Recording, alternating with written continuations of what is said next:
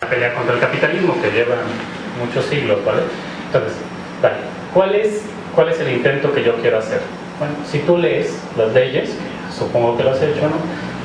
Como que no está bien caracterizado a qué le dicen trata, ¿no? En las convenciones hablan de un abanico enorme, ¿no? de prácticas, de técnicas, políticas sociales, ¿no? Y es un intento, me parece valioso, tratar de mostrar cuáles son los mecanismos, ¿no? El enganche, ¿sí? el traslado, la explotación. Pero allí se relaciona con otras cosas. Ejemplo, la delincuencia organizada, ¿no? La cuestión de la migración, ¿no? Entonces se empiezan a meter un cúmulo de cosas. Vale, entonces, un poco lo que hemos tratado de hacer, ¿no? Es vincular la forma como se lleva a cabo la trata con estas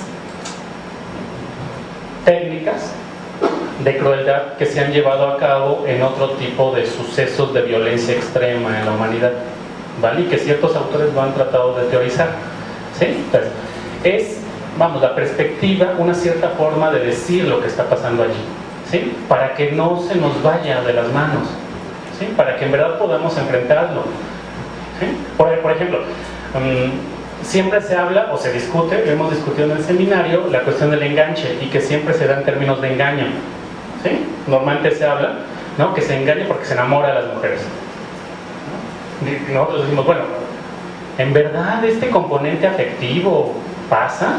¿En qué sentido pasa? ¿La mujer o el niño no también está seducido? Vamos, estoy arriesgando muchas cosas en la discusión, ¿vale? Pero creo que vale la pena para tratar de modificar esto, ¿sí? Tratar de evitarlo, ¿no?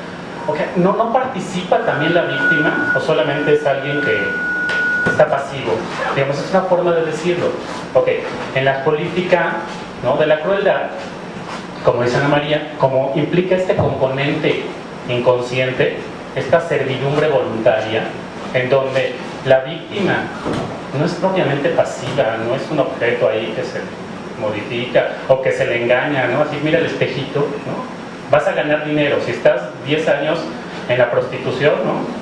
Que eso pasa, si tú ves la pornografía en internet, ¿no? Sobre todo en las de Europa del Este, que eso es más lo que pasa en la trata en Europa del Este, ¿no? Si tú ves eso, parece como, o sea, no es cierto, o parece que no es cierto, o debemos discutir si las mujeres son pasivas solamente, ¿no? En este caso. Si no, también funciona este componente de seducción, este componente afectivo. Si la violencia lleva a tal punto que la persona no puede seguir deseando eso, ¿no? Un poco lo que señalaba al principio. Parece que en las cuestiones de violencia extrema, de política de la crueldad, la víctima se ejerce violencia a sí misma, ¿sí? En todo, o sea, si tú lees los testimonios, ¿sí? Siempre la que es tratada termina enganchando a otras, ¿sí? O termina aceptando su condición, ¿sí? Hay un texto muy bueno, tú te acuerdas más, el que estaba en la página del pueblo, ¿qué era el pueblo? Era sobre testimonios, que no recuerdo el nombre, pero este mecanismo se nota claramente. La mujer, sobre todo mujeres las que testimonian, terminan insultándose a sí mismas, terminan aceptando eso. Eso es un poco lo que quisiéramos decir, ¿vale? Tratar de decir esto que realmente pasa en la trata. Sí, a ver si lo voy a decir, creo que en el fondo voy a decir algo similar a lo que estás diciendo. Cuando introducimos el término crueldad para referirnos desde ahí, no exclusivamente a la trata de personas, estamos intentando mostrar que se ha reducido la tipificación del delito trata de personas porque la finalidad del derecho es castigar a los culpables, porque la finalidad del derecho, como él mismo dice, es prevenir que este tipo de delitos no se cometan. Y al introducir el término crueldad estamos ampliando lo que sería la inscripción de ese término trata de personas en otro dominio de vocabulario que no es exclusivamente el del derecho, que tiene esta finalidad muy clara, que es la punitiva. Cuando introducimos el término crueldad, nos damos cuenta que las dimensiones del fenómeno social, no solo nacional, sino internacional, de la trata de personas, es mucho mayor de lo que habíamos supuesto, y que interviene un componente que alimenta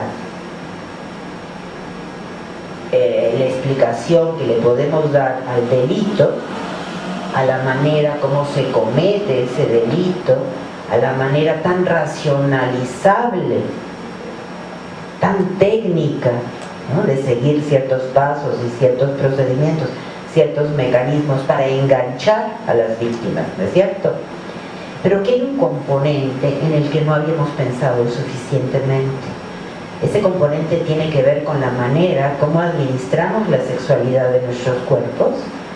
Yo decía hace un momento, preguntémosle quizá a los que trabajan teoría del inconsciente por sugerir, ¿no?, freudianos o no freudianos, ¿qué pasa ahí cuando nos enfrentamos a la sexualidad como lo hacemos ahora en la modernidad? Porque ahí vamos a encontrar otras dimensiones del fenómeno de la trata de personas en la que quizá no habíamos puesto atención, pero está ahí nutriendo y alimentando ese fenómeno, tanto por parte de los victimarios como de las víctimas. Francisco citaba en la lectura de su texto a Adorno en un texto escrito, por supuesto, para explicar el genocidio durante la Segunda Guerra Mundial, decía que cuando se habita un mundo dañado como es el que él vivió en el año 48, que fue cuando escribió o salió a publicación el texto citado por Francisco, no hay la posibilidad de distinguir verdugo y víctima en un sentido muy peculiar. El verdugo está tan dañado como la víctima, y tenemos que asumir qué tipo de daño se trata y cómo, en definitiva, el daño es anterior, ¿entienden?, a la victimización. El daño nos hace vulnerables, vulnerabiliza a estas poblaciones de mujeres que son las que son enganchadas en la trata de personas, mujeres y niñas sobre todo. Por supuesto hay niños, hay jovencitos, pero también son poblaciones que hemos vulnerabilizado antes. ¿Cómo? ¿Y quién tiene la culpa?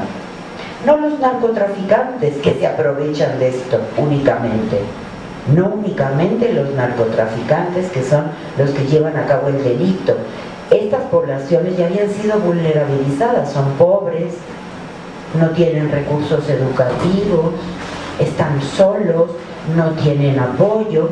Tenemos que describir qué es lo que estamos diciendo por dañado, por vulnerable, y ver cómo esas poblaciones son luego presa fácil de estas grandes organizaciones de narcotraficantes.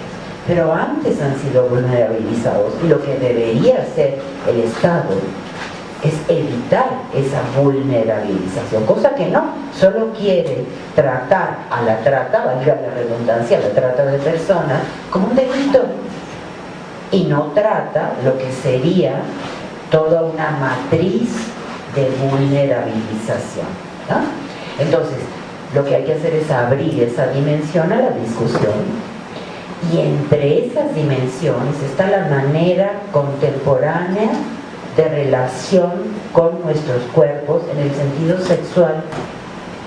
Fíjense, en el siglo XIX, esta relación con el cuerpo, lo que nosotros llamamos sexualidad, ellos le llamaban, por ejemplo, erotismo o pornografía. Pero lo importante es que había reglas morales, religiosas, las que fueran, ¿no?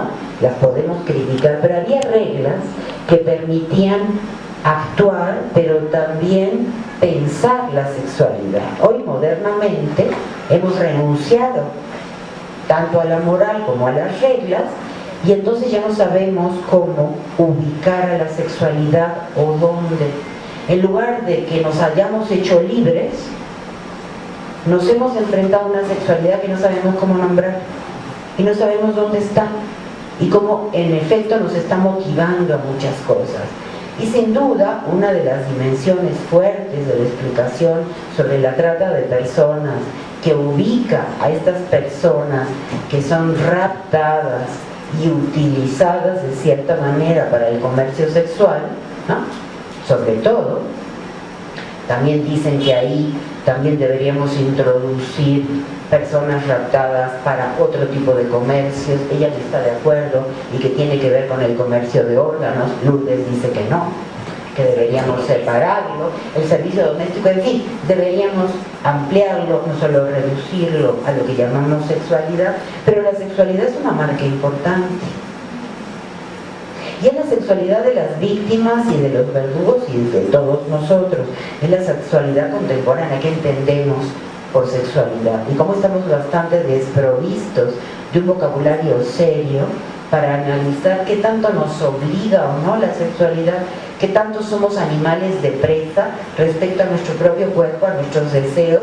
Durante mucho tiempo se manejó que los hombres no pueden controlar su deseo, ¿no? Entonces que las mujeres se tienen que vestir con cierta prudencia porque los hombres ven algo y no se pueden contener. Bueno, esos mitos, estas ilusiones sobre la sexualidad y la fuerza del ímpetu y el impulso sexual, hay que ubicarlos en contextos específicos. Y también es una marca importante para definir el fenómeno de la trata. No diríamos su fenómeno último, el obvio, el delito, sino lo que hace posible que eso aparezca también ahí presente, y ya no sería únicamente la demanda en términos económicos, ¿no? Sino que hablemos también de la sexualidad que vuelve vulnerable a poblaciones determinadas y a partes de nuestro cuerpo y a relaciones con nuestros cuerpos.